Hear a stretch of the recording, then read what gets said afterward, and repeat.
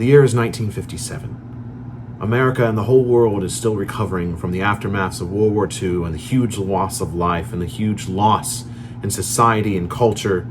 And the strangest thing began to happen. We started to go back. We started to become more interested in the medieval times and the Renaissance era. And in 1957, the world's first Renaissance fair in North America began. And since that first Renaissance fair in 1957, we have seen a revival unlike any other. And since that first time in 1957, we have seen dozens, if not hundreds, of Renaissance fairs pop up around North America and even the rest of the world.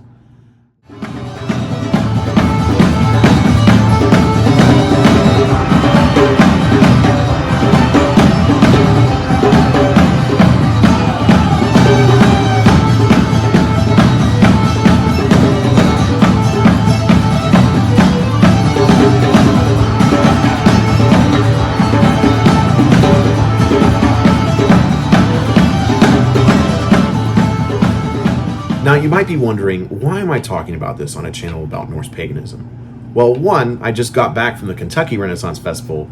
I got a really cool axe. I want to talk about the axe. I also want to talk about my experience there and how much it's changed, because I went to Renaissance Festival in Ohio when I lived there. I actually lived only 30 to 35 minutes away from the Ohio Renaissance Festival, which is actually quite a large one, and definitely bigger than the one here in Kentucky. And there's a huge change from then to now. And I think the last time I was at the Ohio one, I really wasn't into paganism yet. It was definitely there. The hints were there. I was definitely looking for Viking-related items. But it was probably about 4 or 5 years ago. And there's such a difference between then and here and now in 2020 when I went to this most recent Renaissance Festival. So I want to explore what those differences are, but also to kind of address the stigma around it. I think that the stigma around Renaissance festivals mostly comes from the fact that they're very commercial events. It's undeniable. There's many elements at a Renaissance festival that are commercial. Just recently we were at, the Renaissance Festival in Kentucky, and there's a kids area with, wooden swords and stuff, and they had a dragon that was blowing smoke bubbles, and, it was kind of cool, though. Smoke bubbles, I didn't mind them at all. They were kind of fun. But you see stuff like that, and it's like, I don't want to associate dragon blowing smoke bubbles with Norse paganism, and yet here I am making a video about Norse paganism and dragon blowing smoke bubbles. But I digress. And I definitely think people see stuff like that, and then if you see that and a place to gather Norse pagans, it's not exactly the best image. But man, the changes I've been mentioning is the fact that 5 years ago, I couldn't find a Mjolnir. I couldn't find, anything that came close to Norse paganism or, really anything Viking. There was hardly any of that at all, even at the larger Ohio one. And yet here I am 5 years later, and I found countless items with Mjolnirs on it, Volknuts on it.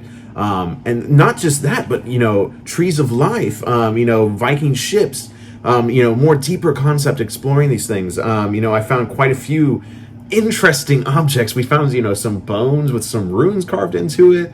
And there was definitely more of the mystical items.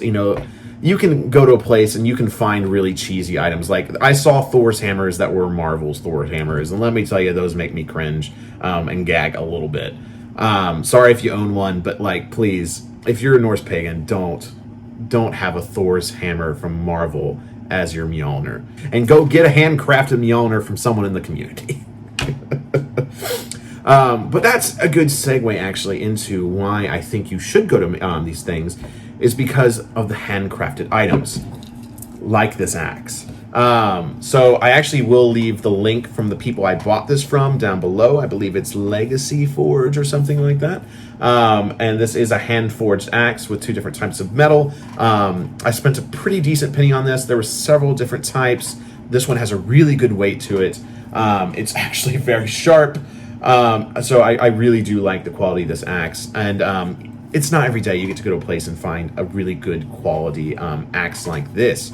I also got a really nice, and this is kind of what I was talking about. I don't know if you can really see it. Let me see. Yeah, there you go. You can kind of see it here, but it's a Yggdrasil with a little leaf in here, and it's a nice bag to hold all my heathen goodies. And I mean, it's actual leather, has a great smell to it. And I was looking for something like this, you know, it can fit on your belt.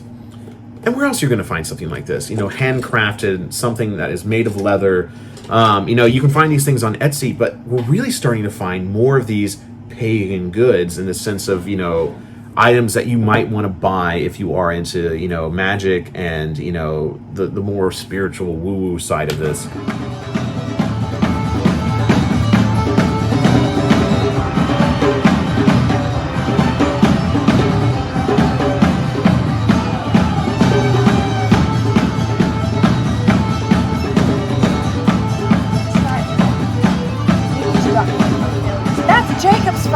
Oh, this is going on YouTube. Never, I would. As the Chinese say. Oh. So I actually did go with several people from the local circle, from the people that have been to Midsummer and Ostara, and we went there and kind of enjoyed it. And in a way, we got like a little bit of a glimpse of like a gathering. Not to the sense that we gave an offering or we had a ritual circle or anything like that, but a sense of community. There was a point where we were listening to music on stage, we were at a picnic table, we all had a beer, and there was music playing, we're all just pounding our fist on the table, and the beer was kind of sloshing, and you had that sense of community. And the real big thing, and this is a great tie-in to my one of my most recent videos of talking to people that have Mjolnirs on, and talking to people that you might think are pagan. And for a slow weekend, this was the first weekend, mind you, of this Renaissance fair, and usually those are the slowest weekends.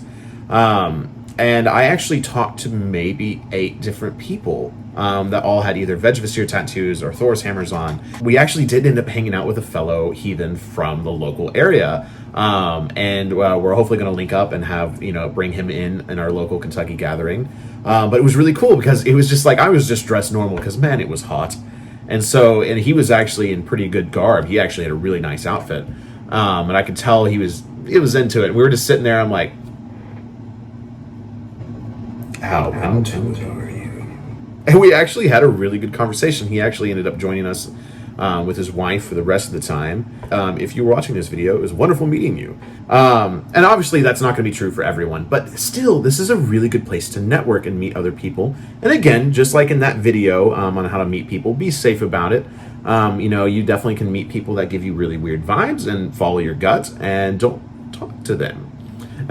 You know, not everyone's going to get along, but still, these are really good places. And I think as of recently, since this is growing, people that are exploring this, that want to learn more, you know, and want to go buy an axe, and they're like, man, I really want to connect to my primal side. So I'm going to go buy an axe. Where can I get one? The Renaissance Fair. So I think these can be really good places to network, to buy heathen goods, but also a really good place to dream. Because even I, someone who has put on gatherings now, got to dream a little bit about future gatherings. Because I've heard whispers, and I've even thought it myself of, should we have our own form of a Renaissance fair? Now, I'm sure some of you watching this probably heard that, and they were like, oh no, do not associate us with Renaissance fairs. And I feel you. Because there is, again, that stigma. I think we should enjoy them, we should learn from them, and I think they are going to be a really good place. It's just like the Airbnbs. I think it's a necessary thing. I'm sure, you know, this Airbnb thing won't work out for everyone. You know, that we're doing is just getting Airbnbs and having these gatherings. And I hope we have halls instead one day. But until we have those halls, these Airbnbs are a place to gather, and these fairs can be a place to gather. So don't be afraid to go to a fair. In fact, I encourage it, especially the local Kentucky one. I mean, everyone I talked to there was absolutely lovely. Again, any information I have from anyone down there, including the performer I've showed in this video, you know, he was a really great guy. Him and his wife are celebrating their anniversary. They put on a really great show. It was their first time there. You know, so they put on a really good show. Please give them a like. Please give them a follow. I put everyone's information down below. It's a good way to support local people that are interested in this. Why not? And really the last thing I will bring up is the dream part. And I don't think we need to have a full Renaissance fair or anything like that. But really, you know, what we know of Midsummer is there was typically a fair leading up to Midsummer. So having place of tents set up, selling things, selling food, having a beer hall, selling handmade things, selling axes, selling leather, really cool leather satchels like this. why not have that? Why not support our local craftsmen? Why not support the people that, show so much love and creativity in this community? I think we should have a fair like that. Should we call it a Renaissance Festival? No. Should we call it a Viking Festival? Maybe. I don't know. I don't have those answers yet, but I think we should consider something like that. I think it's a really good way to support this community. I could ramble on all day. I could wave this axe around a few more times because I really love this axe. But I believe that's all I need to talk about. Again, there is a stigma. I don't deny it. The Renaissance Fair is not perfect. Having a place where a fake king walks around and fake jousting, I just don't care. But what I care about is our local craftsmen that are putting hard work into things like this axe and things like this bag, into the performers that travel around and put on really great shows for you to witness, and not even for money. I mean, they ask for tips and they say that we live off tips, but there's no guarantee of that. There's not a surcharge for them. So yeah, go to these fairs, support artists, support people in your faith, find people in your faith, and really just dream of the hall. And until that hall, until we have our own fairs, until we support our craftsmen in our own land, Skull.